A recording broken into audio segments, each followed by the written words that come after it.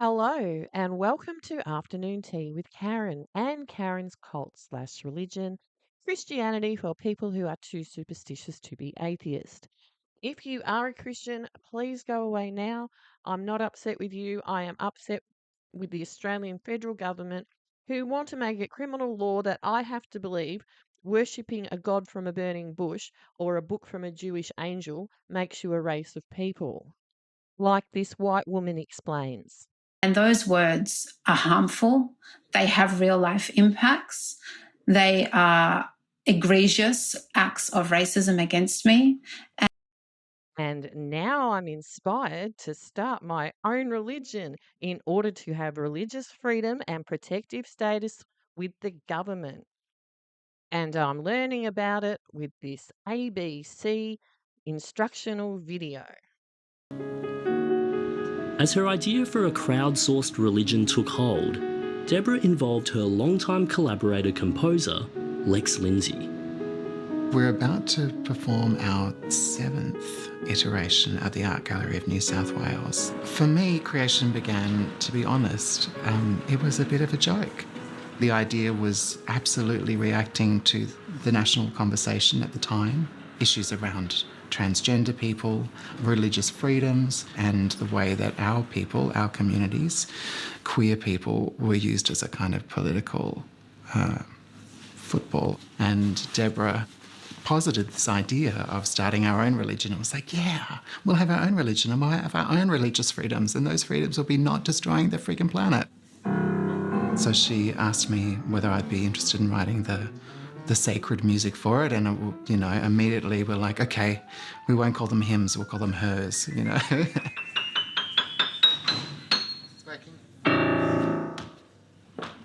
It took some years for me to figure out what kind of religion it might be.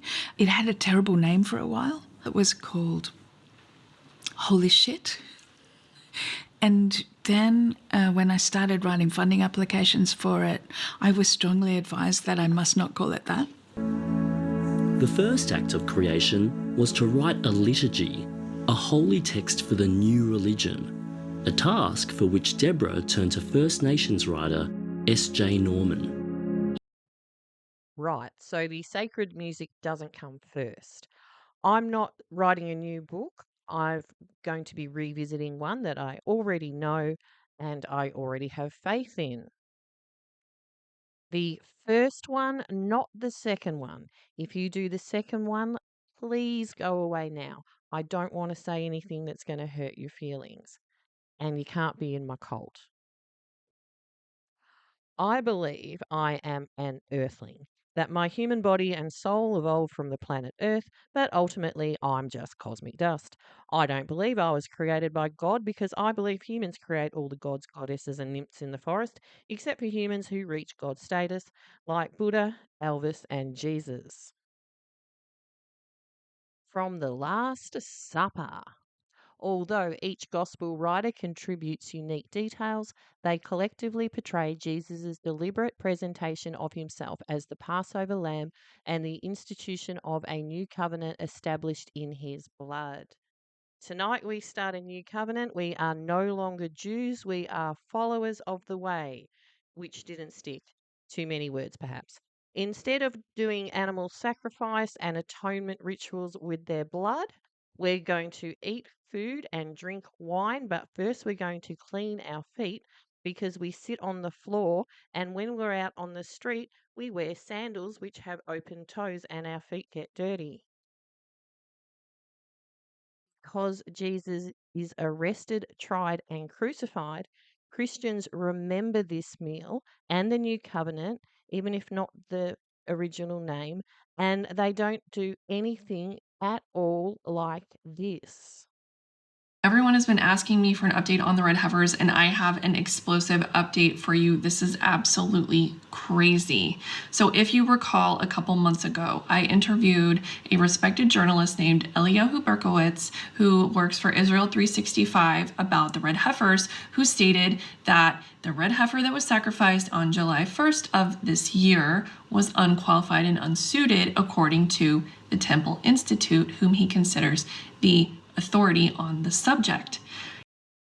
When they find one that's suitable, the ash from the cow will get put into the water supply enough to purify 1 billion Jews. And 2,000 years later, Christians still don't sacrifice animals, so ta-da, it worked. Now, here's where I veer off from traditional Christianity. Lazarus is either a demonstrator or a potion maker or both. Jesus takes vinegar on the cross. Vinegar is a medicinal carrier. Jesus is pronounced dead after 10 hours. Crucifixion takes 3 to 4 days to be effective. Why tell the reader or listener he drank vinegar if we're not supposed to work it out? Judas and Paul are being given instructions. They're being sent on missions.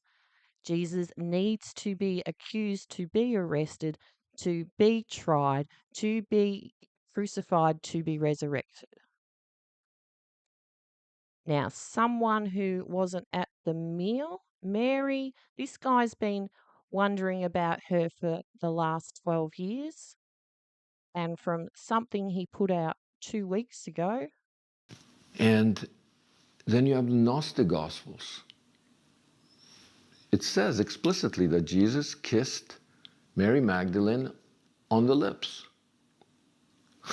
Now, unless again, this is a very strange relationship that this particular rabbi is having with congregants, she was his wife.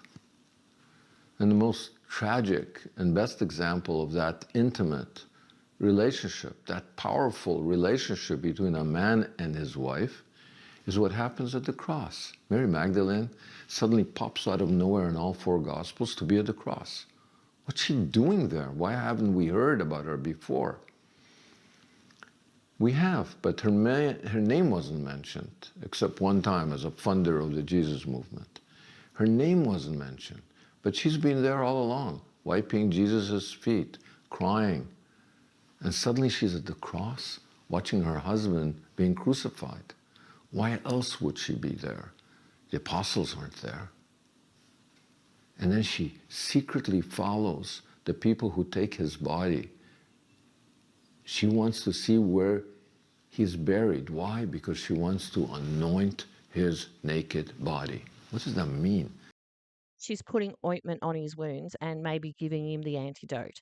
After thinking about it for 12 years, it hasn't crossed this guy's mind that perhaps Jesus is still alive.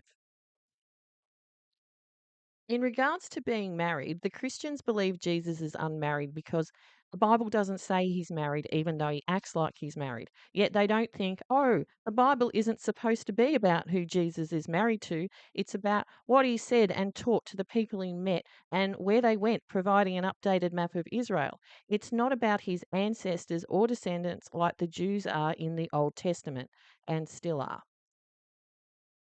Like, you don't hear Buddha talking about his family because he left them at home. But back to my religion. After he gets better and meets the other disciples as planned, Jesus goes fishing and has a barbecue down the beach. He meets up with Paul on the way to Damascus, then retires on Patmos Island, where John comes to interview him for Revelations, the last book in the New Testament. And the words he spoke were as sharp as swords. That's how you can tell only one person wrote Revelations, by the errors in the grammar. Greek was not John's first language. Anyway, by now in life, Jesus has grey hair, so his white woolly hair makes his hazel eyes flame like fire, and his bronze feet indicate that Mary Magdalene is still alive and still using his feet to do her hair.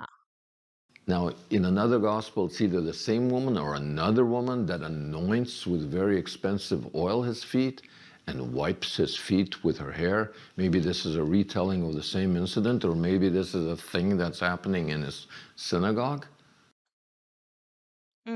So in 12 years, it hasn't crossed his mind that she's getting the expensive oil in her hair after it's been on his feet. And it's probably got henna in it, some shade of bronze. Now let's finish with some sacred music. What would Mary be like if she's not like Mary in Jesus Christ Superstar? Would she be like his mum, Mary? Would she be like Proverbs 31 woman? Nah, I reckon she'd be like a Beth.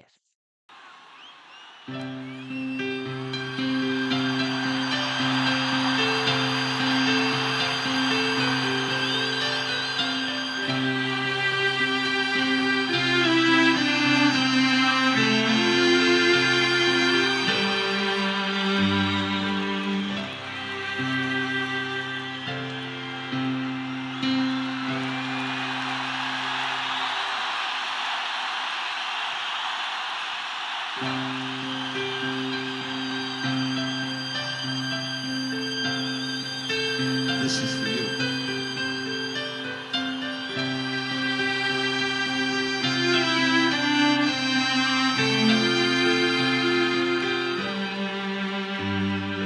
Beth, I hear you calling, but I can't come home right now. Me and the boys have been playing, but we just can't find a sound. Just a few more hours, and I'll be right home to you. I think I hear them calling. Oh, Beth, what can I do? Beth, what can I do? You say you feel so empty that a house just ain't a home. I'm always somewhere else, while you're always there alone. Just a few more hours, and I'll be right home to you. I think I hear them calling. Oh, Beth, what can I do?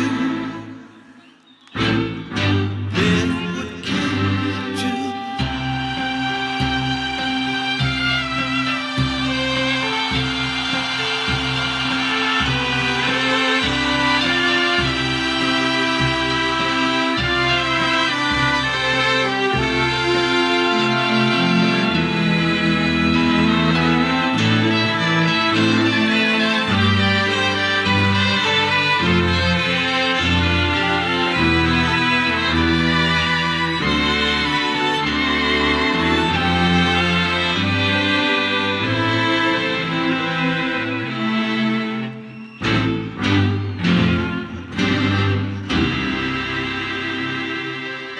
Beth, I know you're lonely, and I hope you'll be alright.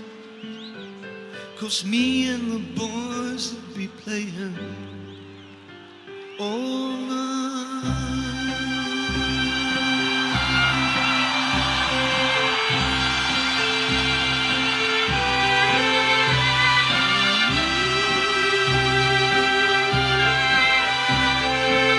Woo!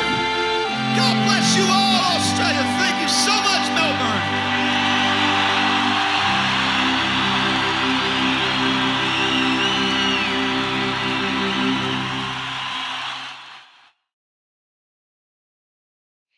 Yes, I know Jesus and the apostles were number twos, but they didn't know about prehistory, or had they seen the Graham Hancock special on Netflix? And that'll do. See you later. Bye.